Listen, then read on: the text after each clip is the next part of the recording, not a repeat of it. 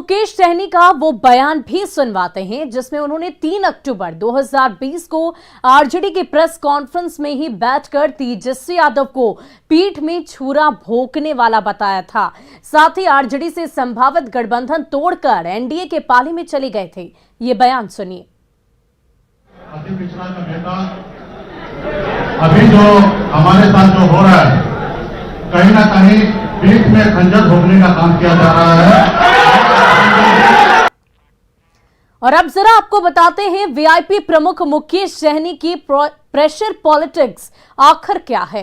दरअसल राजनीति में दो नावों की सवारी कर रहे हैं मुकेश सहनी। उन्होंने बोचहा से वीआईपी उम्मीदवार उतारने का ऐलान किया है और इसी के साथ सत्ता में रहते हुए विपक्ष को भी साधने की रणनीति पर वो काम कर रहे हैं।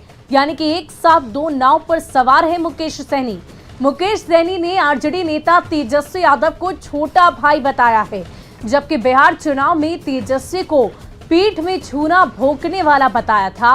और इतना ही नहीं, तेजस्वी की प्रेस कॉन्फ्रेंस से उठकर ही सहनी बीच में खड़े होकर वहां से निकल लिए थे और आरजेडी का दामन छोड़कर एनडीए में शामिल हुए थे। तो मुकेश सहनी के प्रेशर पॉलिटिक्स आप समझ सकते हैं कि किस प्रकार वो एक साथ दो नाव पर सवार हैं। वहीं जेडीयू उत्तर प्रदेश विधानसभा चुनाव लड़ेगा। पार्टी की ओर से 51 सीटों पर चुनाव लड़ने की तैयारियां चल रही है। आज दिल्ली में जेडीयू की बैठक होगी जिसमें पार्टी के उम्मीदवारों के नाम पर मुहर लगाई जाएगी। पार्टी के प्रधान महासचिव केसी त्यागी ने कहा कि पार्टी ने कई दफे बातचीत की, लेकिन यूपी में बीजेपी ने सीट नहीं दी। हालांकि उन्होंने साफ किया है कि अलग चुनाव लड़ने के बावजूद बीजेपी उनकी सहयोगी पार्टी है। ये प्रश्न तो आप हमारी मित्र पार्टी से कीजिए।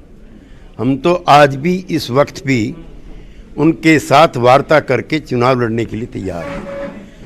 वार्ता के द्वार उन्होंने बंद किए, हमने बंद नहीं किए हैं, नंबर 1। और हमारा मुख्य समर्थन भारतीय जनता पार्टी के साथ था।